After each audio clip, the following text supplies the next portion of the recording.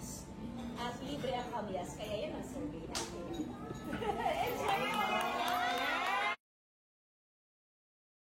Sa chef night nga ni Judy Ann Santos, ay nagsalita itong si Judy Ann at masayang-masaya ang kanyang mga kaibigan na nag-dine-in sa kanyang restaurant.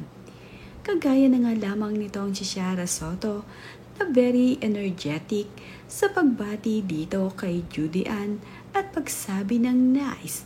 Napapasigaw pa nga itong si Shara habang itong si Jai ay nagsasalita.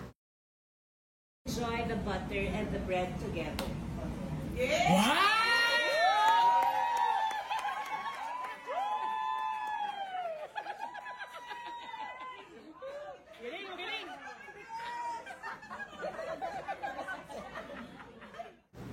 Kabilang naman nga sa mga nag-dine-in dito sa Angry Dobo sa restaurant ni Judy Ann Santos ay ang mag-asawang Bembol Rocco. Masaya nga din nilang na-experience ang mag-dine-in sa chef night ni Judy Ann Santos.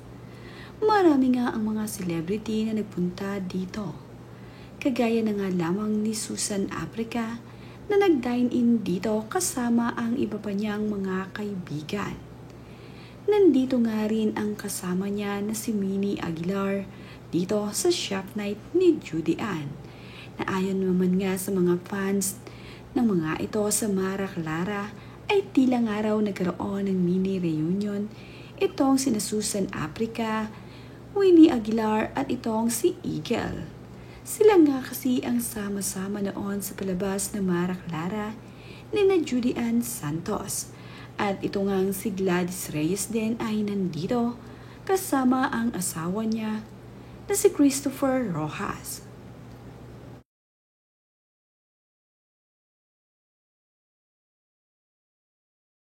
Ang magkakaibigan naman na Maine Mendoza, Shara Soto, Maha Salvador at Chami ay hindi pa natapos ang kanilang kwentuhan.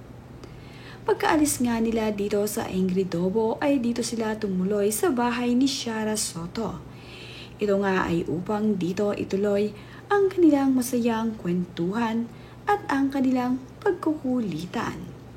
Nabitin nga sila sa kanilang kwentuhan habang sila ay nasa restaurant ni Judy Ann Santos at Ryan Agoncillo.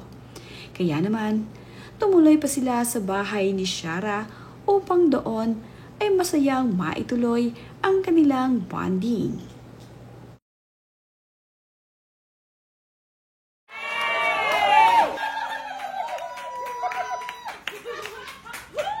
I hope to see you again when I change my menu on September. Yeah!